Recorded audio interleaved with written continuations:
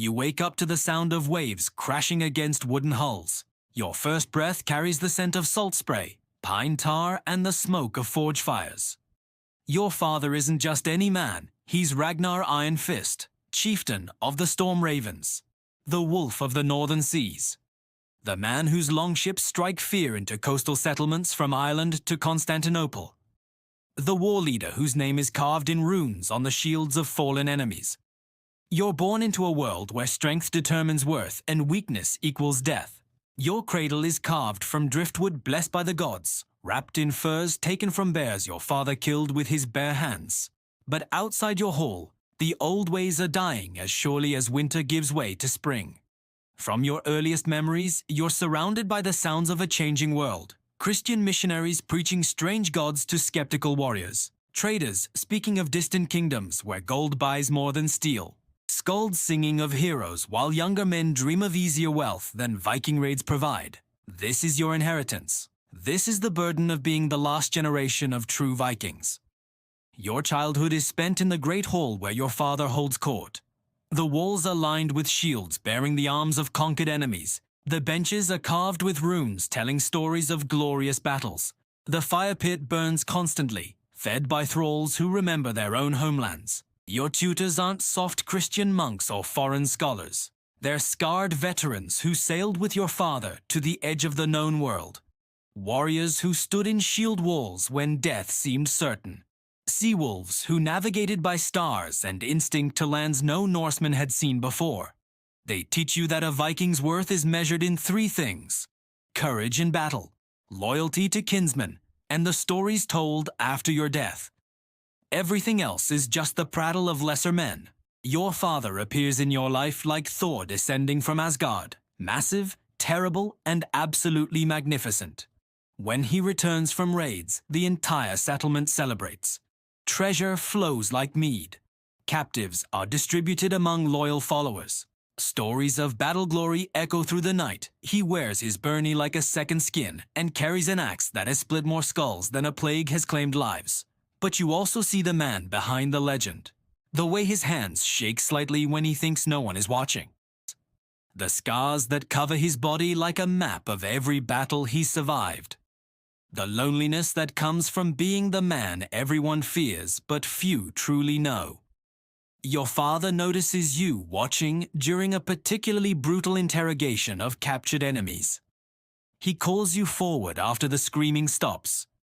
You're 8 years old, barely reaching his elbow, but his eyes hold the accumulated weight of countless battles. He places his war axe in your small hands. This, he says, touching the blood-stained blade, has drunk the life of over 200 men. This, he says, pointing to the runes carved in the handle, carries the spirits of our ancestors who died with weapons in their hands. Every Viking must choose, die with honor and feast in Valhalla, or live in shame and be forgotten by the gods. There is no third path for men of our blood.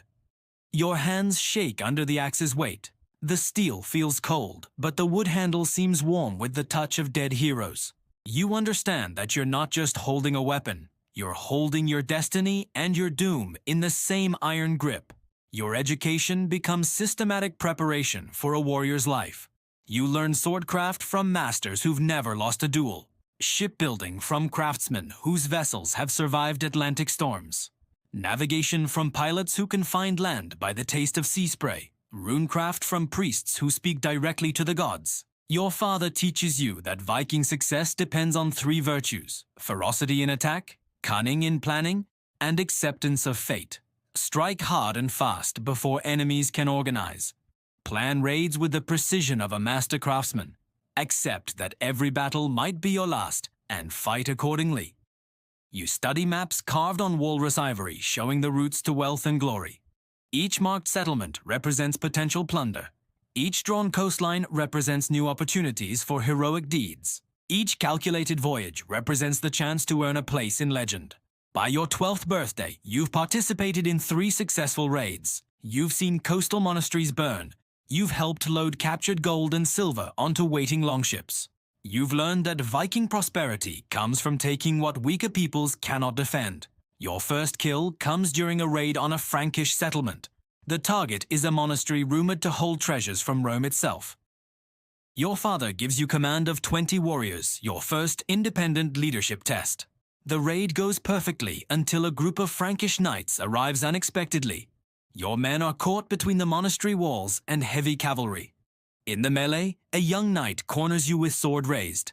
Time slows as you realize this moment will define everything that follows. You can flee and live with shame. You can surrender and hope for mercy. Or you can fight and either die with honor or kill your first enemy. Your father's training takes over. You duck the knight's swing and drive your seax up under his mail shirt. The blade finds the gap between armor plates. Hot blood flows over your hands as he falls. Your first kill brings no joy, only the grim satisfaction of duty fulfilled. Your father's pride when you return with the knight's sword as proof makes the deed worthwhile. You've crossed the line from boy to warrior, from protected child to proven killer. From future Viking to present reality, your reputation grows with each successful raid. By 16, you're leading your own ship on independent missions. By 18, younger warriors seek to join your crew for the glory of serving under Ragnar's son. By 20, your name is spoken with respect in halls from Norway to Iceland, but success brings its own complications. Other chieftains' sons see you as competition for their father's positions. Christian kingdoms begin coordinating their defenses specifically against your tactics. Your own men start expecting greater rewards and more dangerous missions to maintain their loyalty. The old Viking world is changing faster than tradition can adapt. Your greatest triumph comes during a raid on Constantinople itself. No Viking has ever successfully attacked the great city. The Byzantines consider their capital impregnable. Your father assembles the largest fleet in living memory for this ultimate challenge. 200 longships carrying 8,000 warriors. The greatest gathering of Viking strength ever seen. The plan requires perfect coordination between multiple fleets attacking from different directions. You command the northern approach, responsible for breaching the harbor chain. Your ships are loaded with Greek fire captured from previous raids. Your men are the most experienced warriors from a dozen different clans. Your mission is to create chaos while your father's main force strikes the palace district. The attack succeeds beyond anyone's dreams. Byzantine defenses collapse under the coordinated assault. The harbor burns. The palace is looted. Treasure beyond imagination flows back to the waiting ships. Your personal share includes enough gold to buy a kingdom. But victory carries an unexpected price. The Byzantine emperor doesn't just seek revenge. He offers alliance, not tribute or surrender, but partnership. He proposes using Viking warriors as his personal guard. Elite troops paid in gold rather than risking death for plunder. Service that offers wealth without the dangers of traditional raiding. Your father faces an impossible choice. Accept the offer and abandon the Viking way of life for comfortable servitude, refuse and face the combined might of Byzantium's allies seeking revenge. Continue raiding and watch traditional Viking culture slowly die as easier options appear. The decision splits the clan into factions that reflect larger changes in Norse society. The traditionalists want to maintain the old ways regardless of consequences. The pragmatists want to adapt to new realities and accept profitable service. The opportunists want to exploit the situation for personal advantage. Your father chooses a fourth path that satisfies no one completely.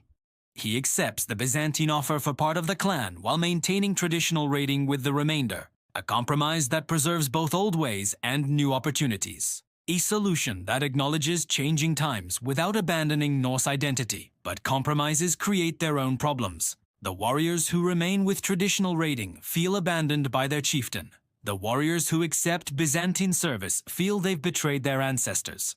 The clan unity that made great raids possible fragments into competing loyalties.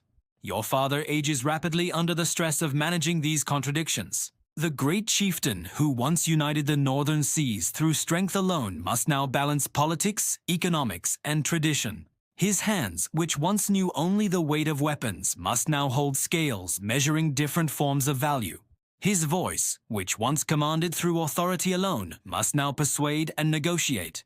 The changing times demand skills no Viking education provided. Your own position becomes increasingly complicated. As heir to the chieftainship, you must represent unity while managing division. As war leader, You must plan battles while negotiating treaties. As Norsemen, you must preserve traditions while adapting to innovations. The role requires abilities that seem mutually contradictory. Your solution shapes the future of your people more than any battle victory could. You propose something unprecedented in Viking culture: voluntary choice. Warriors can choose traditional raiding, Byzantine service, or peaceful settlement. The clan will support all three paths rather than forcing everyone into the same mold. Unity through diversity rather than conformity. The proposal outrages purists but appeals to pragmatists. Some warriors choose the old ways of raid and battle. Others accept the security of imperial service. A few experiment with trading and farming. The clan survives by becoming multiple clans sharing common ancestry rather than identical purposes. Your father's death comes not in battle, but in his bed, surrounded by family and followers. His last words establish your authority while acknowledging the changed world. The gods made us Vikings, he whispers, but they didn't make us fools. Adapt or die, but remain Norsemen in your hearts. Honor the ancestors through success, not through failure. Your inheritance includes wealth, weapons, and wisdom, but also problems no previous chieftain faced. How do you maintain Norse identity when Norse methods no longer guarantee Norse survival? How do you honor warrior traditions when warriors can prosper through non-warrior means? How do you lead people who are choosing different definitions of what leadership should accomplish? Your reign begins with challenges that test every lesson your father taught you. A Christian king offers alliance against common enemies. Byzantine officials demand greater loyalty from hired warriors. Traditional Vikings complain that soft living corrupts fighting spirit. Each decision creates precedents that will shape Norse culture for generations. Your approach combines inherited wisdom with innovative adaptation. You maintain warrior training for all clan members, regardless of their chosen profession.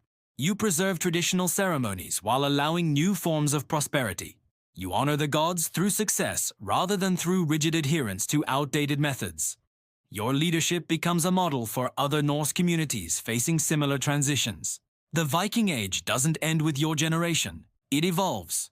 Raiders become traders. Warriors become explorers. Sea wolves become sea captains. The spirit that drove your ancestors to unknown shores drives their descendants to unknown opportunities. Your final years are spent watching Norse settlements spread across known and unknown worlds. Not through conquest alone, but through adaptation and innovation. Vikings in Greenland learning to survive in impossible conditions. Vikings in Russia building trade networks that span continents. Vikings in Sicily serving as elite guards for Norman kings. The dispersion serves Norse culture better than concentration ever did. You die peacefully, which would have disappointed your younger self but satisfies your mature judgment. Surrounded by children and grandchildren who carry Norse names and Norse blood. Served by warriors who remember the old ways and traders who exploit the new ways. Mourned by people who succeeded because you helped them adapt rather than forcing them to choose between tradition and survival. Your funeral combines ancient rituals with contemporary realities. Your body is burned in a longship, but the treasures buried with you include Byzantine gold and Frankish silver alongside traditional Norse weapons. Your grave goods tell the story of a man who bridged worlds rather than choosing between them. The runes carved on your memorial stone record achievements that previous generations couldn't have imagined. Here lies Ragnar's son, who taught us that being Viking means surviving as Vikings, not dying as Vikings. Your legacy lives in the communities that trace their success to decisions you made. Norse merchant princes in Constantinople. Viking explorers reaching shores your father never dreamed existed. Northern warriors serving southern kings while maintaining northern pride. The adaptation you pioneered becomes the foundation for Norse survival and prosperity across centuries.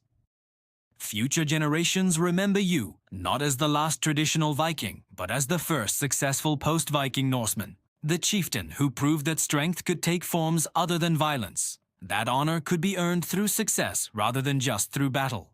That the gods favored intelligence and adaptability as much as courage and ferocity. Your name becomes synonymous with successful transition. Other cultures facing similar challenges study your methods. The principles you developed for managing cultural evolution become models for other societies adapting to changing circumstances.